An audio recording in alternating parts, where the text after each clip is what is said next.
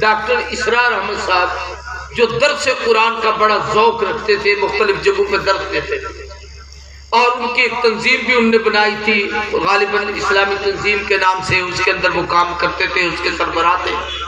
نظام خلافت راشدہ کی ان کی بھی ایک جد و جہد تھی۔ ہر بزرگ کے اپنے انداز میں ایک محنت ہوتی ہے۔ قاضی فضل حسین چکوال رحمہ اللہ، ہمارے حضرت توسوی رحمۃ اللہ علیہ، نور حسین شاہ بخاری رحمۃ اللہ علیہ، اسی طریقے سے ہر بزرگ نے اپنے اپنے علاقے میں ایک کام کیا ہے۔ تو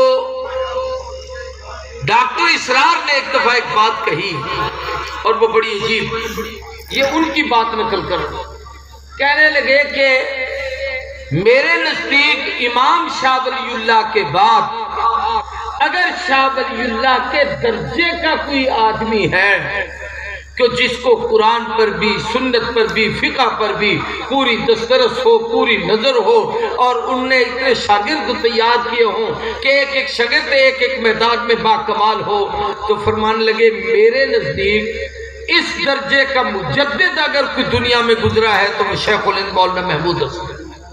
یہ ڈاکٹر اسرار کی گفتگو تھی، جن کا ہر شاگرد اپنی جگہ ایک امام ہے، اپنی جگہ ایک پیشوا ہے، اپنی جگہ ایک محقق اور مجدد ہے۔ حضرت تھانوی کو دیکھو، مجدد ملت ہیں، حکیم الامت ہیں، اور جناب تصوف کے شہنشاہ ہیں۔ حضرت مدنی کو دیکھو، سیاست کے بادشاہ ہیں، صرف یہاں تک نہیں عرب و عجم کے محدث ہیں، شیخ العرب والعجم ہیں، مدینہ الرسول میں 17 سال بیٹھ کر حدیث رسول کا درس دیا ہے۔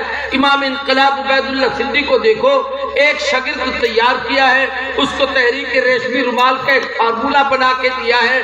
میں اس کی تفصیل آپ کے سامنے نہیں عرض کر سکتا۔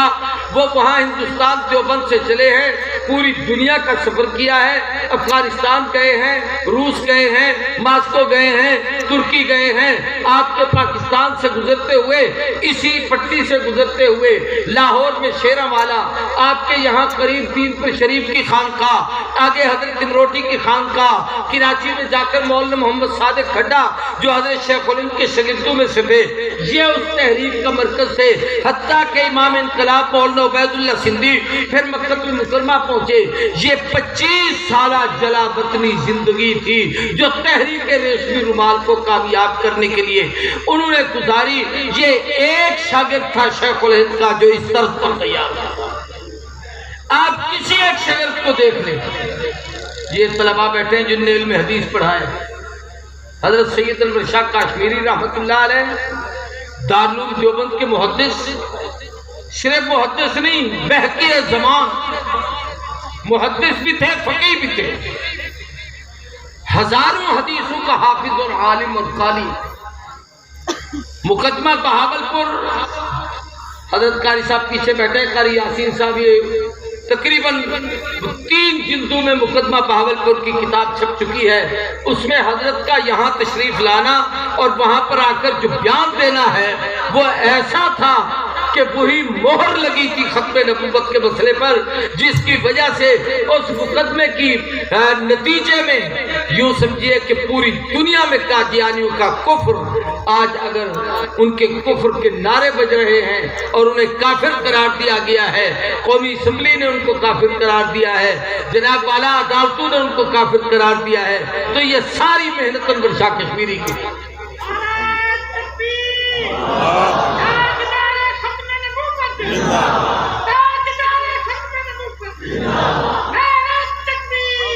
شیخ الاسلام علامہ شبیر احمد عثمانی ان کے ایک شاگرد تھے۔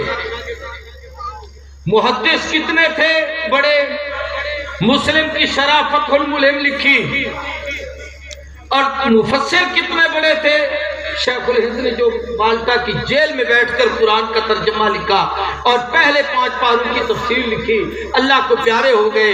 نہ مکمل تھی استاد کے انداز کو، استاد کے لب و لہجے کو، استاد کے طرز کو سامنے رکھ کر انہوں نے مکمل قرآن مجید کی تفسیر لکھی جو تفسیر عثمانی کے نام سے ہے، ترجمہ شیخ الہند کا ہے، پہلے 5 پارے ان کے ہیں، آگے ساری تفسیر علامہ شبیر احمد عثمانی کی ہے۔ صرف وہ عثمانی مولوی ہونے کی حد تک نہیں تھا، یہ آج پاکستان کا جس خطے میں اور آپ بیٹھے ہیں، یہ مدارس کی بہار دیکھ رہے ہیں، یہ علم کا ستون دیکھ رہے ہیں، یہ سب کچھ اس عثمانی کے مرہون منت سنت تھا، جمعیت علماء اسلام کی 1944 میں بنیاد رکھی، تحریک پاکستان کا ساتھ دیا، پورے جناب سرحد کے علاقے میں دورے کیے، وہاں کے لوگوں کو پاکستان کا حامی بنایا، محمد علی جناح قائد اعظم کے ساتھ ملاقاتیں کی، ان کو قرآن و سنت کے اصول اور فارمولے سمجھائے، جس کے نتیجے میں یہ ملک ہمارے سے وجود میں آیا۔ یہ ہمارے ان اکابر کی محنت کا نتیجہ ہے۔ میں عرض کرنا چاہتا ہوں شیخ الہند بڑے آئے، 4 سال مالٹا میں رہے، جب واپس آئے تو دارالعلوم دیوبند میں ایک اجتماع ہوا، اپنے استاد کو ملنے کے لیے بڑے دور دراز سے تلامذہ آئے، بڑے بڑے لیڈر آئے۔ اس وقت حضرت شیخ الہند کے شاگردوں سے بھی ہٹ کر دوسرے لوگ، جن میں ابوالکلام بھی تھا، جن میں مولانا شوکت علی بھی تھے، جن میں حکیم اجمل بھی تھے، اور بھی بڑے بڑے لوگ تھے، یہ سب لوگ اس اجتماع میں موجود تھے، اور حضرت شیخ الہند پر بیماری کا غلبہ تھا۔ دارالعلوم دیوبند کے حال میں دارالحدیث میں شیخ الہند نے ایک تقریر کی، اور یہ بڑی عجیب بات ہے کہ وہاں ایک ستون تھا، اس کے ساتھ یوں ٹیک لگا کر کھڑے ہوئے اور گفتگو کی اس بیماری میں۔ اور جس سال ہمارے مولانا عبد الشکور دین پوری رحمت اللہ تعالیٰ علیہ دیوبند گئے، ان کا انتقال آپ کے اسی بہاولپور میں 14 اگست کو ختم نبوت کانفرنس ہو رہی تھی، ادھر وہ تیار ہو رہے تھے کہ میں کانفرنس کے لیے جاؤں۔ حدیث میں آتا ہے کما تموتون تو شرور، جیسی زندگی ویسی موت، جیسی موت ویسا حشر۔ زندگی جو دعوت و تبلیغ ختم نبوت کے عنوان پر صحابہ اہل بیت کی عظمت بیان کرتے گزری، موت کا وقت بھی وہی تھا کہ ختم نبوت کی کانفرنس میں شرکت کی تیاری کر رہے تھے کہ روح پرواز ہو رہی تھی۔ نعرہ تکبیر، شان محمد مصطفیٰ، جرأت مند غیرت مند، جرأت مند غیرت مند، نعرہ تکبیر۔ میں عرض کر رہا ہوں کہ حضرت شیخ الہند مولانا دین پوری جس سال گئے تو مولانا بھی شدید بیمار تھے، قاری یاسین صاحب کو پتہ ہے، پاؤں کی ان کی انگلیاں کٹی ہوئی تھی، پٹیاں باندھی ہوئی تھی، اس حالت میں دیوبند کا سفر کیا۔ یہ اعزاز پھر آپ کے اس علاقے کے اس عالم کو جو اس وقت اسلامی مشن کے محکم بھی تھے، ان کو یہ اعزاز نصیب ہوا کہ دیوبند کے اس ستون کے ساتھ جس کے ساتھ شیخ الہند نے کھڑے ہو کے خطبہ دیا تھا، اسی سے ٹیک لگا کر دین پوری نے گفتگو کی کہ آپ کے اکابر کو چھت حاصل ہوا۔ میں شیخ الہند کی بات نقل کرنا چاہتا ہوں، توجہ کریں، ساری بات لمبی ہو جائے گی، صرف 2 باتیں شیخ الہند کی ہیں وہی نقل کرنا چاہتا ہوں، یہی میری تقریر کا خلاصہ ہے موقع کی وجہ سے۔ حضرت شیخ الہند نے وہاں علماء کرام جن میں بڑے بڑے اجلاء علماء تھے،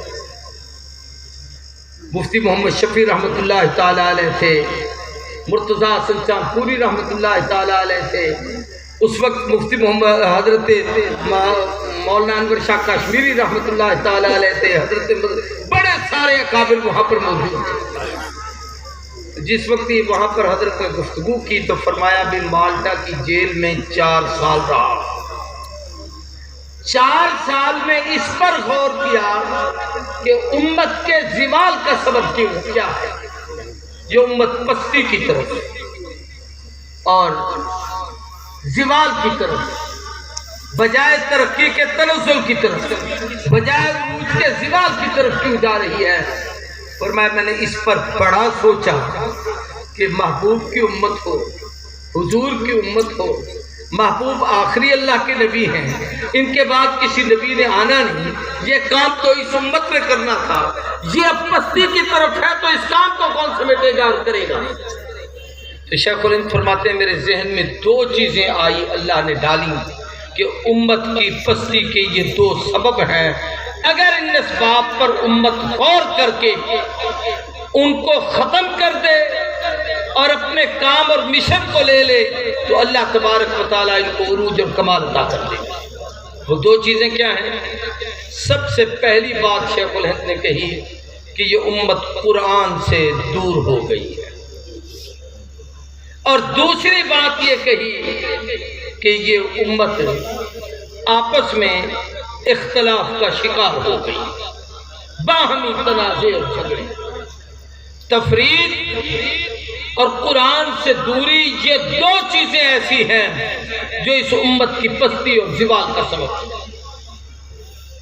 ان میں پہلی چیز قرآن مجید سے دوری ہے۔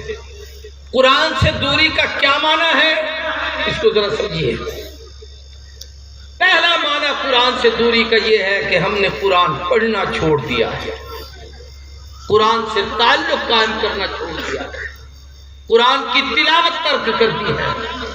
ابھی بچہ بولنا سیکھتا ہے، اسے انگلش کے کلمے سکھاتے ہیں، انگلش بولنا سکھاتے ہیں، دنیا کی اور زبانیں سکھاتے ہیں، اللہ کا قرآن نہیں سکھاتے۔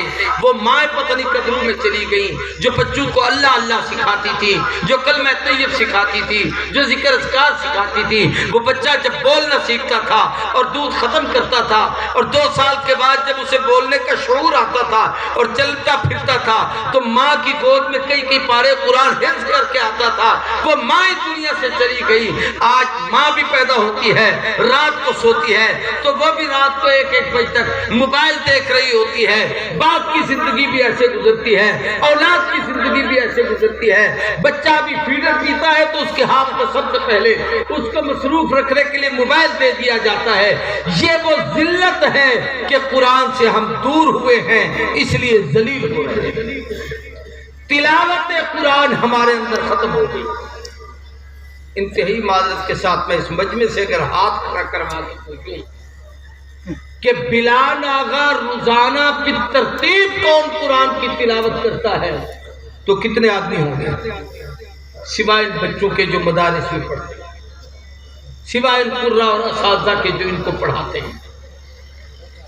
ہم لوگ بس قرآن سے تعلق ہی رکھتے ہیں کہ ہم مسلمان ہیں، یہ ہماری کتاب ہے، اس کو پڑھنا چھوڑ دیا ہے، جبکہ قرآن پڑھنے کی کتاب تھی، قرآن سمجھنے کی کتاب تھی، قرآن عمل کی کتاب تھی، قرآن علم کی کتاب تھی، اللہ کا کلام ہے کہ اللہ تبارک و تعالیٰ نے اس کا تکلم فرمایا۔ رب چاہتے تھے میں نے انسان کو اپنا نائب اور خلیفہ بنایا ہے، انی جاعل فی الارض خلیفہ۔ اور جب خلافت کسی کو منتقل کی جاتی ہے تو شیخ اپنے اوراد منتقل کرتے ہیں، اپنے وظائف منتقل کرتے ہیں، اپنا ذکر اس کی طرف منتقل کرتے ہیں۔ اللہ تو نے جس کو خلیفہ بنانا تھا اس کو کیا منتقل کیا ہے؟ سب سے بڑے خلیفہ اللہ کی ذات کے، جس کو اللہ نے زمین کی خلافت عطا کی ہے، وہ آمنہ کے در یتیم، نبی کریم رؤوف الرحیم علیہ تحیت و تسلیم، سیدنا مولانا ماوانا ملجانا محمد رسول اللہ سب کو صلی اللہ علیہ وسلم ہیں کہ آپ تمام انبیاء کے امام ہیں، پوری کائنات کے مقتدا ہیں، سب کے پیشوا ہیں۔ اللہ نے اس لیے اپنا کلام یوں سمجھو کہ رب کے اندر جو تھا اللہ اسے ظاہر کر کے اپنے خلیفے کو دینا چاہتے تھے، وہ اللہ نے اپنے محبوب کو دیا۔ اب محبوب نے اسے امت میں منتقل کیا۔ جو جتنا قرآن پڑھتا ہے اس کو اتنی خدا کی خلافت ملتی ہے۔ انی جاعل فی الارض خلیفہ کا مصداق وہ تب بنے گا جب اللہ کے قرآن سے تعلق جوڑے گا۔ ہم نے قرآن مجید کو ضرورتاً استعمال کیا ہے۔ کسی مولوی صاحب کے پاس گئے، جی کو وظیفہ بتائیں، تو اس نے کہا سورۃ اخلاص پڑھ لیا کرو، ٹھیک ہے۔ کسی نے کہا فجر کے بعد یاسین پڑھ لیا کرو، اسی پہ گزارا۔ کسی نے کہا جناب مغرب کے بعد واقعہ پڑھ لیا کرو، رزق بڑا ملے گا۔ قرآن کو رزق کے لیے استعمال کیا۔ ہمارے حضرت میں عبدالہادی دین پوری رحمۃ اللہ علیہ فرماتے تھے کہ وہ قرآن اس لیے پڑھتا ہے کہ مجھے روزی ملے۔ تبلیغ والے کہا کرتے ہیں کہ رزق بقدر مقدر، دین بقدر محنت، اور رزق بقدر مقدر، وہ تو جتنا لکھا ہے تمہیں ملے گا۔ قرآن کو اس کے لیے استعمال نہ کرو۔ حضرت میں عبدالہادی کہتے تھے قرآن پڑھ کے کوئی آدمی چاہے کہ میں اس لیے پڑھوں کہ مجھے پیسے ملے، میں اس لیے پڑھوں کہ اس کے بدلے میں جناب میرے رزق میں اضافہ ہو، یہ ایسے ہے، یہ ان کا مزاج تھا۔ وہ فرماتے تھے کہ جیسے قرآن نیچے رکھ کے اوپر چڑھ کر کوئی چیز اوپر سے اتاری جائے، کہ رب کے کلام کو اس کام کے لیے پیش کرتے ہو۔ یہ کیا خوش نصیب چہرے بیٹھے ہیں جن کے سینوں میں قرآن 70 بچوں کی دستار بندی ہوئی ہے. یہ 10 علماء بیٹھے جن نے آج دورہ حدیث کی تکمیل کی. میں عرض کر رہا ہوں کہ سب سے پہلی کوتاہی قرآن سے دوری وہ یہ ہے کہ ہم نے قرآن کو پڑھنا چھوڑا.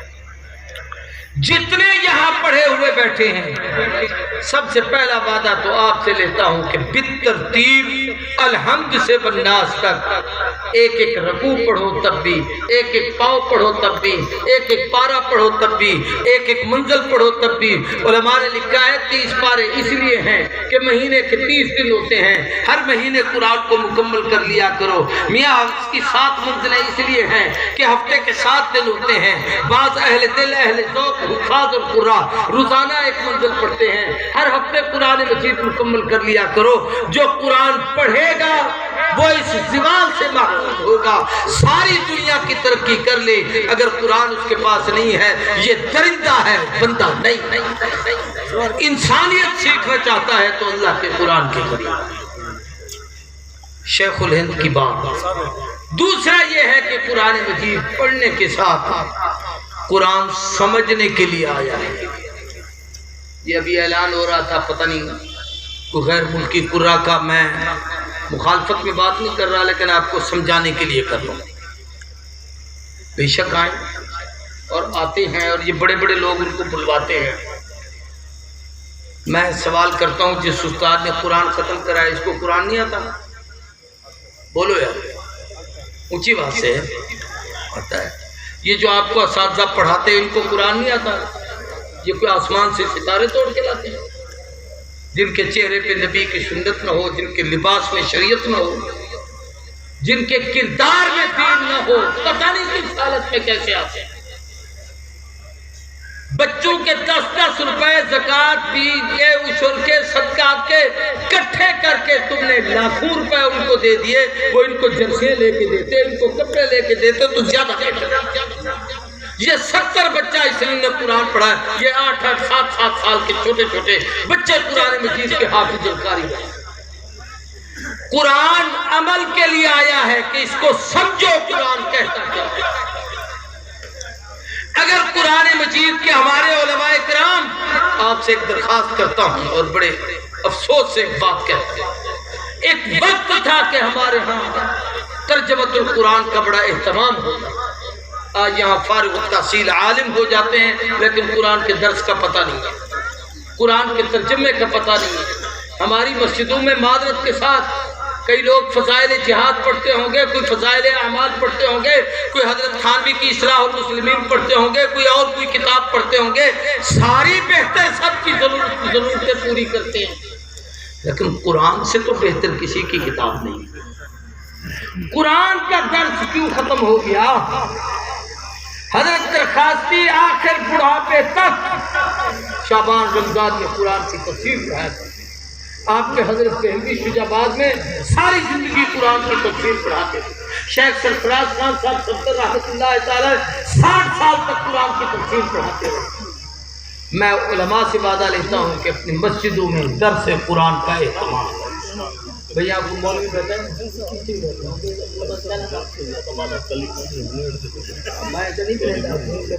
یہ چنگا کریں جو بزرگ کو پیچھو ملا دیتا. ہاں بھائی آپ میں سے کوئی مولوی ہے تو ہاتھ کھڑا کریں جو درس قرآن اپنے مسجد میں شروع کرتا ہے. یہ سارے مجمع سے ہے کہ مولی تعلق میں کو مل گیا ہفتے کا قرآن کا درس شروع کرو. ماشاءاللہ ماشاءاللہ ماشاءاللہ. میں سمجھتا ہوں کہ میاں صاحب کے مدرسے کا جلسہ کامیاب اگر اتنے آدمی اپنے مسجدوں میں درس قرآن کا اہتمام کرتے ہیں. آپ نے درس دینا کیسے ہے یہ کبھی سیکھنے کے لیے میرے پاس آنا. یہ علماء آئے ہوئے ہیں، آپ کو پھر اس کی تفصیل ساری سکھاؤں گا. بلکہ میں نے تو ایک دفعہ ان کو سکھایا تھا 15 منٹ میں ان کو پورے قرآن کا عالم بنا کہ قرآن کے بنیادی مضامین کیا ہیں، ان کو بیان کیسے کرنا ہے، ان کو سکھانا کیسے ہے. دوسری چیز یہ ہے کہ قرآن سے دوری کا معنی کہ قرآن کو سمجھا نہیں، اور تیسری دوری یہ ہے کہ قرآن پر عمل نہیں. سارے کہہ دو قرآن پر، اونچی آواز سے زور سے بولو. عمل نہیں. پڑھتے ہیں اللہ احل اللہ البیع وحرم الربا، بے حلال سود حرام. سارا دن آپ کے بینکوں میں سود چلتا ہے ماشاءاللہ لین لاتے کھڑے ہوندے بیبیاں یا کھڑے ہوندے کہ بے نظیر انکم سکیم دے پیسے گنن واسطے آئی ہوں یہ اس کا سود کا صدقہ جاریہ ہے جو سارے کھا رہے ہیں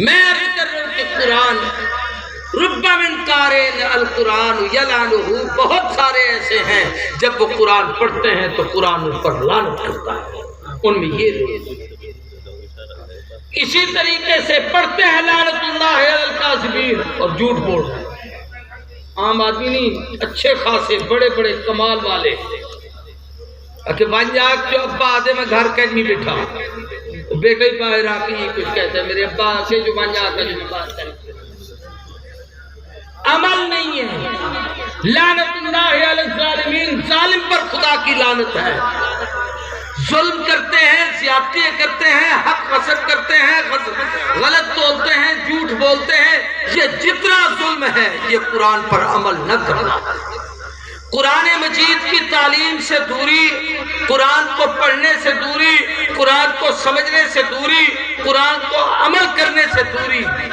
یہ شیخ الہند نے کہا ایک تو قرآن سے دوری اس امت کے زوال کا باعث اور دوسرا فرمایا کہ آپس کی تفریق اس امت کے زوال کا ذریعہ باہمی تنازع اور جھگڑا اختلاف ہوتا ہے رائے کا اختلاف علمی اختلاف مباحث میں اختلاف لیکن اس کا معنی یہ نہیں کہ ایک دوسرے کا احترام ہی ختم کر دو اپنے بڑوں کی عزت نہ کرو اپنے بچوں پہ شفقت نہ کرو والدین کی تعظیم و تقریب نہ کرو حضور نے فرمایا کہ جو شخص کسی مسلمان سے 3 دن اپنی ذاتی رنجش کے لیے نہیں بولتا تو اللہ رسول کی رضا مقصود اس میں نہیں ہوتی بھئی فلاں نے مجھے یوں کہہ دیا تھا میں اس لیے نہیں بولتا حضور نے فرمایا اگر 3 دن ایسے کرتا ہے اس حالت میں مر جاتا ہے تو سیدھا جہنم میں جائے گا آج ہم ذاتیات پر لڑتے ہیں آپس میں اختلاف کرتے ہیں فقہاء ائمہ بڑے بڑے محدثین امام شافعی رحمہ اللہ جس دن پیدا ہوئے اس دن امام اعظم کا انتقال ہوا اپنا وقت گزرنے کے بعد ایک بڑا وقت گزرنے کے بعد امام شافعی امام ابو حنیفہ کی قبر پر تشریف لے گئے فاتحہ پڑھنے کے لیے اپنے جماعت کو کہا کہ دیکھو تم میرے متبع ہو لیکن آج جا ابو حنیفہ کی قبر پر رہیں وہاں نے نماز پڑھنی ہے تو وہاں کا جو امام نماز پڑھائے اس کے پیچھے اونچی آواز سے آمین نہ کہنا اس لیے کہ ابو حنیفہ کا مسلک یہ ہے ہم نے اختلاف نہیں ڈالنا جوڑ پیدا کرنا اور ابو حنیفہ کا جو اس وقت وہاں خادم امام تھا اس نے کہا ناشر الحدیث محدث آ رہا ہے بھئی ان کے ہاں یہ ہے کہ وہ اونچی آواز سے آمین کہتے ہیں لہٰذا میں نماز پڑھاؤں یا ان میں سے کسی سے پڑھوائیں تم نے اونچی آواز سے کہہ دیا جو شافعی والے تھے وہ خاموش کھڑے تھے جو حنفی تھے وہ اونچی آواز سے کہہ رہے یہ ہے ایک دوسرے کا احترام میں عرض یہ کرنا چاہتا ہوں کہ باہمی اختلاف میں اور آپ متحد ہوں تو دنیا کی کوئی طاقت ہمارا کچھ نہیں بگاڑ سکتی آج میں آپ کو مبارکباد پیش کرتا ہوں آپ ایک ہوئے ہیں آج سے 2 دن پہلے اسمبلی میں ایک قانون پاس ہوا ہے جس میں صحابہ اہل بیت ازواج مطہرات کے تقدس اور ناموس کا کہ جو شخص ان کی ذات میں ان کی شان میں کسی قسم کی گستاخی یا توہین کرے گا اس کو 10 سال یا عمر قید کی سزا ملے گی اللہ کا شکر ہم ادا کرتے ہیں کہ ہمارے اکابر کی اس محنت کا نتیجہ اس خاموش جد و جہد کا نتیجہ شب و روز دن رات ایک کاوش کا نتیجہ مولویوں نے 1000 تانے سہے کہ یہ کیا کر رہے ہیں ان کا دین کے ساتھ کیا تعلق ہے دین کا ان نے کیا کام کیا ہے اب پتہ چلا ہے کہ اللہ ان سے کیا کام لے رہا ہے میں یہ عرض کر رہا ہوں کہ شیخ الہند نے یہ 2 چیزیں بتائیں قرآن سے دوری اور دوسری چیز آپس کا اختلاف ان دونوں چیزیں قرآن کا قرب کا ذریعہ بھی مدرسہ ہے آپس کے اختلاف کو ختم کرنے کا ذریعہ بھی مدرسہ ہے قرآن مجید پڑھا جاتا ہے تو مدرسے میں قرآن سمجھایا جاتا ہے تو مدرسے میں قرآن پہ عمل سکھایا جاتا ہے تو مدرسے میں ہمارے ہاں جو بچے پڑھنے کے لیے آتے ہیں، جب ان کو داخلہ فارم دیتے ہیں، اس پہ پہلی شرط یہ ہوتی ہے کہ داخلہ تب ملے گا جب تمہاری وضاحت شریعت کے مطابق ہوگی، قرآن پر تمہارا عمل ہوگا، تمہارا چہرہ، تمہارا لباس، تمہارا کپڑے پہننا، تمہارا چلنا پھرنا، تمہارا کھانا پینا نبی کی شریعت کے مطابق ہے، قرآن پر عمل ہے، تو ہم تمہیں اپنی درسگاہ میں بیٹھ کر دیں گے۔ اب قرآن کو چھوڑو اور ہمارے شاگرد بنو، ایسے شاگردوں کی ہمیں ضرورت نہیں ہے۔ نعرہ تکبیر، شان محمد مصطفیٰ، عظمت محمد مصطفیٰ، شان صحابہ، عظمت صحابہ، دینی مدارس، نعرہ تکبیر۔ میں ویسے بھی مریض آدمی ہوں، بڑا لمبا سفر کیا ہے، 8 بجے چونکہ میں نے بیان کرنا تھا تو 10 بجے شروع کیا ہے، تو اب میں اپنی بات کو سمیٹ رہا ہوں۔ ایک تو یہ ہے کہ ہمیں قرآن کے قریب آنا چاہیے۔ میں حیران ہوا کتنے چھوٹے چھوٹے بچے قرآن کے حافظ اور قاری تھے۔ اب یہ تو مجھے پتہ نہیں کہ ان کے ورثاء یہاں بیٹھے ہیں کہ نہیں، کم از کم ان کا تو حق بنتا ہے کہ اس ادارے کے مستقل معاون بنے۔ میں ان سے چندے کی اپیل نہیں کرتا، لیکن یہ ضرور کہوں گا کہ اپنے بچوں کو ادارے سے وابستہ رکھیں۔ ہر سال مدرسے کے پروگرام پہ